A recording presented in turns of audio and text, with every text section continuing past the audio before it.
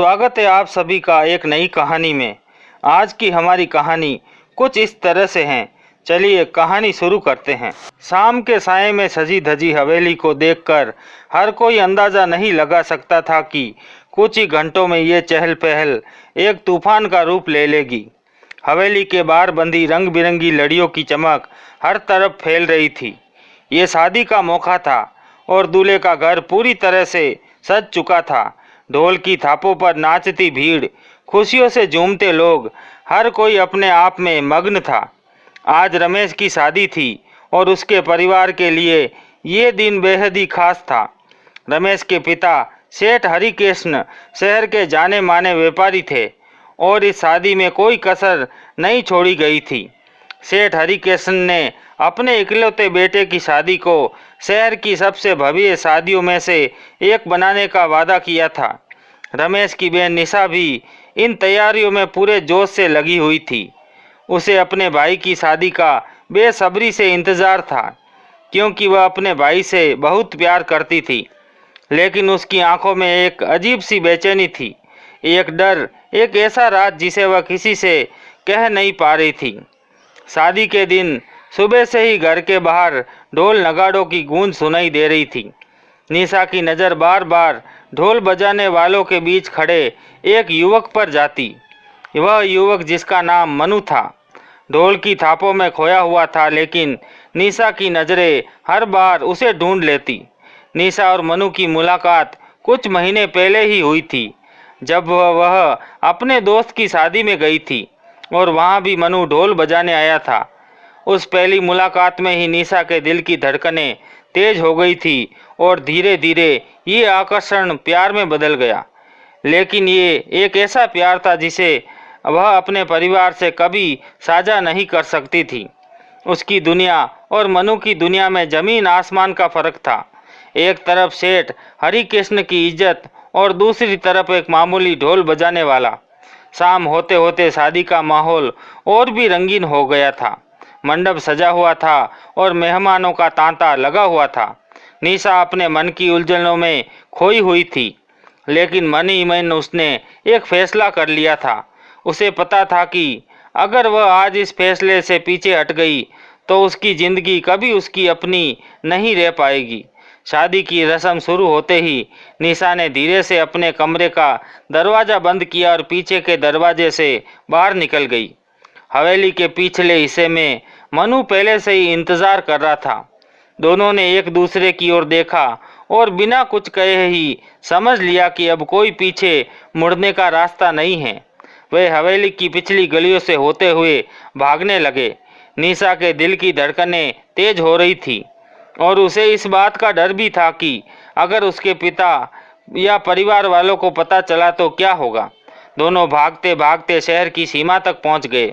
वहां एक पुरानी टैक्सी इंतज़ार कर रही थी, जिसे मनु ने पहले से ही इंतज़ाम कर रखा था। जैसे ही वे टैक्सी में बैठे, निशा के मन में हल्की सी राहत आई, लेकिन साथ ही एक डर भी बढ़ता जा रहा था। क्या उसने सही फैसला लिया है? क्या वह अपने परिवार की इज्जत के साथ ऐसा कर रही है जो माफ़ी के लायक नहीं? टैक्सी ने शहर की गलियों को पीछे छोड़ते हुए उन्हें एक अनजान रास्ते पे ले जाना शुरू कर दिया। निशा ने खिड़की से बाहर देखा। हवेली की चमक अब दूर हो चुकी थी। वह अपनी नई जिंदगी के बारे में सोचने लगी, लेकिन इस नए सफ़र का भविष्य उसे धुंधला दिख रहा था। टैक्सी धीमी हो गई और उन्होंने एक छोटे से गांव के पास रुकने का फैसला किया, जहां उन्हें किसी ने पहचानना मुश्किल था। गांव में पहुंचने के बाद निशा और मनु एक छोटे से कमरे में ठहरे, जहां से वे अपनी ज़िंदगी की नई शुरुआत करने वाले थे। निशा को ये तो एहसास था कि उसने अपने परिवार की इज्जत को दांव पर लगाया है, लेकिन उसके दिल में ये विश्वास भी था कि उसका प्यार सच्चा है। लेकिन इसी विश्वास के साथ एक अनजाना डर भी उसके दिल में बैठ गया था। क्या उसका ये प्यार उसे उसकी मंजिल तक पहुंचा पाएगा, या फिर ये सफ़र उसकी ज़िंदगी को और भी अंधकार में धकेल देगा? गांव के छोटे से कमरे में गुजरी रात के बाद निशा की आंखें खुली तो उसे एक पल को लगा कि वह कोई सपना देख रही हैं। कमरे में हल्की धूप की किरणें घुस रही थी और बाहर पंछियों की चहचहाहट थी, लेकिन उसके दिल में एक अजीब सी घबराहट बैठी हुई थी। उसने धीरे से मनु की तरफ देखा, जो पास में ही सो रहा था। वह सोचने लगी, क्या मैंने सही किया? लेकिन अगले ही पल उसने अपने आप को ये यकीन दिलाया कि ये फैसला प्यार के लिए था। लेकिन सच्चाई जितनी सामने आती है उतनी ही कड़वी भी होती हैं। जब निशा और मनु ने गांव में कुछ दिन गुजारे तो उनकी आर्थिक स्थिति एक गंभीर समस्या बन गई। मनु, जो सिर्फ ढोल बजाने का काम करता था, शहर में काम ढूंढने के लिए संघर्ष कर रहा था। निशा ने अपनी पूरी जिंदगी एक संपन्न परिवार में बिताई थी, जहां उसे कभी पैसों की चिंता नहीं करनी पड़ी थी। लेकिन अब हालात बदल चुके थे। मनु का छोटा सा काम और गांव में मिले कुछ अस्थायी कामों से गुजर बसर मुश्किल हो पा रही थी। निशा को अब तक उम्मीद थी कि सब ठीक हो जाएगा, लेकिन धीरे धीरे ये उम्मीद भी कमज़ोर पड़ने लगी। वह हर रोज़ घर की हालत देखकर घबरा जाती थी। कभी कभी उसे अपने भाई की शादी की याद आ जाती और वह सोचती कि उस दिन का फैसला कितना भयानक साबित हो रहा है। इसी बीच निशा के घर वालों के पास एक और बुरी खबर पहुंची। जब रमेश और उसके माता पिता को पता चला कि निशा घर से भाग गई हैं, तो पूरे घर में कोहराम मच गया। सेठ हरिकृष्ण की इज्जत शहर में दांव पर लगी हुई थी। उन्होंने अपने इकलौते बेटे की शादी में कोई कसर नहीं छोड़ी थी, लेकिन अब उनकी बेटी के इस कदम ने परिवार की प्रतिष्ठा को धूल में मिला दिया था। सेठ हरिकृष्ण क्रोध में थे, लेकिन उनकी पत्नी शारदा के दिल में दर्द था। वह अपनी बेटी को समझ नहीं पा रही थी कि उसने ऐसा क्यों किया। शादी के कुछ दिनों बाद ही परिवार ने निशा को ढूंढने के लिए पुलिस में रिपोर्ट दर्ज करवाई, लेकिन ये बात केवल परिवार के लोगों तक सीमित नहीं रही। धीरे धीरे ये खबर पूरे शहर में फैल गई। हर जगह चर्चा होने लगी कि सेठ हरिकृष्ण की बेटी एक मामूली ढोल बजाने वाले के साथ भाग गई। लोगों की नज़रें बदलने लगी। जो लोग कभी सेठ हरिकृष्ण के घर के सामने झुकते थे, अब वे उनकी तरफ तिरस्कार से देखते थे। सेठ हरिकृष्ण और उसके परिवार को समाज के तानों और सवालों का सामना करना पड़ रहा था। दूसरी तरफ निशा और मनु का रिश्ता भी अब कड़ी परीक्षा से गुजर रहा था। निशा, जो कभी मनु के साथ भागने के अपने फैसले पर गर्व करती थी, अब धीरे धीरे खुद को असहाय महसूस करने लगी थी। उसके सपने टूट रहे थे और वह एक कठिन सच्चाई का सामना कर रही थी। मनु उसे दिलासा देने की कोशिश करता, लेकिन उसकी आर्थिक स्थिति और समाज के दबाव ने उसे भी कमज़ोर बना दिया था। वह अब पहले जैसा प्यार और अपनापन महसूस नहीं कर रही थी। एक दिन जब निशा गांव की बाजारों से कुछ सामान लेने गई, तो उसे वहां कुछ औरतें देखकर फुसफुसाने लगी। उन्हें पहचानना मुश्किल नहीं था, क्योंकि शहर की खबर गांव में भी पहुंच चुकी थी। उन औरतों की बातें और ताने निशा के दिल को चीर गए। वह तेजी से वापस लौट आई, लेकिन उसकी आत्मा पर लगे ये घाव उसे और कमज़ोर कर रहे थे। रात के सन्नाटे में निशा की आंखें में नींद नहीं थी। उसे बार बार अपने घर की यादें सताने लगी।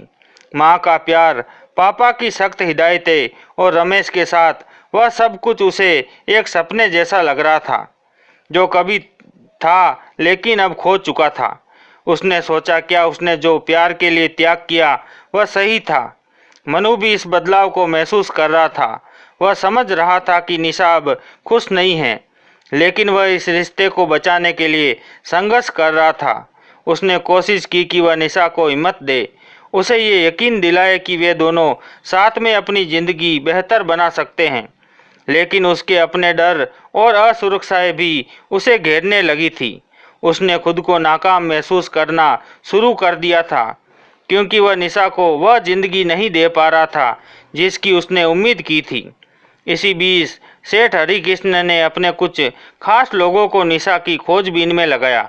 उन्होंने फैसला कर लिया था कि चाहे कुछ भी हो जाए, वे अपनी बेटी को वापस लाकर रहेंगे। लेकिन शारदा, जो अब तक अपनी बेटी के जाने के गम में डूबी थी, ने हरिकृष्ण के से कहा, हमारी बेटी को वापस लाना सिर्फ इज्जत का सवाल नहीं, उसकी ज़िंदगी का सवाल है। उसे हमारी ज़रूरत है। सेठ हरिकृष्ण, जो अपनी बेटी की नादानी से बहुत नाराज थे, अपनी पत्नी की बातों से थोड़ा पिघले। उन्होंने महसूस किया कि उनकी बेटी ने गलती की है, लेकिन उसे इस गलती के साथ अकेले छोड़ देना भी सही नहीं होगा। अब परिवार ने निशा को वापस लाने के लिए एक आखिरी कोशिश करने का फैसला किया। निशा और मनु के साथ गुजरे कुछ महीने हर दिन एक नई चुनौती लेकर आए। प्यार, जो पहले एकमात्र सहारा था, अब धीरे धीरे टूटने लगा था। मनु की आर्थिक स्थिति और समाज का तिरस्कार उन दोनों के रिश्ते पर भारी पड़ रहा था। निशा अपने भीतर की घुटन को अब और सहन नहीं कर पा रही थी। उसने हर दिन ये महसूस हो रहा था कि उसने प्यार के लिए अपने परिवार और अपनी पहचान दोनों को खो दिया है, लेकिन उसे कोई रास्ता नहीं सूझ रहा था। मनु भी अब बदले हुए रिश्ते को देखकर परेशान था। पहले जहां निशा उसके साथ जीवन बिताने को लेकर उत्साहित थी, अब उसके चेहरे पर उदासी और निराशा की परछाई साफ दिखाई देने लगी थी। मनु ने कई बार कोशिश की कि वह अपने काम के जरिए कुछ बेहतर कर सके, लेकिन ढोल बजाने का काम उसे वह स्थिरता नहीं दे पा रहा था जिसकी उसे और निशा को ज़रूरत थी। एक दिन जब निशा ने बाजार में कुछ सामान लेने गई थी, तो उसे अपने पुराने घर की यादें फिर से सताने लगी। उसे याद आया कि कैसे उसके परिवार ने हमेशा उसका ख्याल रखा था और उसने खुद को परिवार से दूर करने का फैसला लिया था। वह सोचने लगी कि क्या उसका फैसला सही था या फिर वह सिर्फ एक क्षणिक भावना के बहाव में बह गई थी। उसी दिन शाम को जब निशा और मनु अपने छोटे से कमरे में बैठे थे, तभी दरवाजे पर जोर से दस्तक हुई। निशा ने दरवाज़ा खोला तो सामने उसके पिता सेठ हरिकृष्ण और माँ शारदा खड़े थे। निशा के चेहरे पर एक झटका सा आया और वह कुछ कहने की स्थिति में नहीं थी। सेठ हरिकृष्ण के चेहरे पर गुस्से की लकीरें थी, लेकिन उसकी आंखों में एक अलग ही भावना दिख रही थी। शारदा के चेहरे पर सिर्फ ममता थी, जो अपनी बेटी को देखकर आंखों में आंसू ले आई। शारदा ने धीरे से निशा का हाथ पकड़ा और कहा, बेटा चलो घर चले, तुम्हें माफ़ कर दिया है। हम जानते हैं कि तुमने जो किया वह तुम्हारे लिए आसान नहीं था, लेकिन तुम्हें अकेला छोड़ना भी हमारे लिए आसान नहीं है। निशा का मन अब एक द्वंद्व में था। एक तरफ उसका प्यार जो धीरे धीरे एक बोझ बनता जा रहा था, और दूसरी तरफ उसका परिवार जिसने उसे उस समय भी अपनाने का फैसला किया जब उसने उन्हें सबसे ज़्यादा दुख पहुंचाया। मनु ने निशा की तरफ देखा। उसकी आंखों में उदासी थी, लेकिन वह जानता था कि निशा का दिल अब शायद उसकी तरफ नहीं है। सेठ हरिकृष्ण ने पहली बार सीधे मनु की तरफ देखा और कहा, हम तुम्हारे खिलाफ नहीं हैं, लेकिन ये रिश्ता अब दोनों के लिए नुकसानदायक हो गया है। अगर तुम अपनी ज़िंदगी को संवारना चाहते हैं तो इसे ख़त्म होने दो। मनु के लिए ये बात सुनना आसान नहीं था, लेकिन वह भी इस सच्चाई से भाग नहीं सकता था कि अब निशा और उसका रिश्ता पहले जैसा नहीं रहा। उसने निशा से धीरे से कहा, अगर तुम जाना चाहती हो तो मैं तुम्हें नहीं रोकूंगा। तुम्हारा घर तुम्हें पुकार रहा है और शायद तुम्हें वही सुकून दे सकता है जो मैं नहीं दे पाया। निशा की आंखों में आंसू थे। उसे अब एहसास हो गया था कि उसका फैसला जल्दबाजी में लिया गया था। अब अपने परिवार की तरफ बढ़ी और मनु की तरफ देखकर धीरे से कहा, शायद हम दोनों ने गलत समय पर सही इंसान को चुना। उन्होंने तुम्हारे साथ बिताया वक्त मेरे लिए कभी भुलाने योग्य नहीं होगा, लेकिन अब मुझे जाना होगा। मनु ने उसे जाने दिया, वह समझते हुए कि कभी कभी प्यार में सबसे बड़ा त्याग उसे छोड़ देना होता है। निशा अपने माता पिता के साथ वापस घर लौट आई। वहाँ उसके स्वागत में परिवार का प्यार था, लेकिन समाज के तानों से परिवार अब भी जूझ रहा था। लेकिन सेठ हरिकृष्ण और शारदा ने फैसला किया कि वे अपनी बेटी की वापसी को अपनी इज्जत की हार नहीं मानेंगे, बल्कि उसे एक नए सिरे से शुरू करने का मौका देंगे। उन्होंने समाज की परवाह किए बिना निशा को स्वीकार किया और धीरे धीरे समाज का नज़रिया भी बदलने लगा। परिवार की एकजुटता ने उन पर उठे सवालों को कमज़ोर कर दिया। निशा के दिल में अभी भी उस प्यार की यादें थी, लेकिन अब उसने अपनी ज़िंदगी में नए रास्ते तलाशने का फैसला किया। उसने अपने माता पिता के साथ मिलकर खुद को फिर से खड़ा कर दिया। निशा ने अपनी शिक्षा पूरी की और अपने भाई के बिजनेस में हाथ बटाने लगी। समय ने धीरे धीरे उसके घावों को भर दिया और निशा ने अपनी गलतियों से बहुत कुछ सीखा। प्यार हमेशा बुरा नहीं होता, लेकिन वह अपने साथ जिम्मेदारियों और चुनौतियों का एक बड़ा बोझ भी लाता है।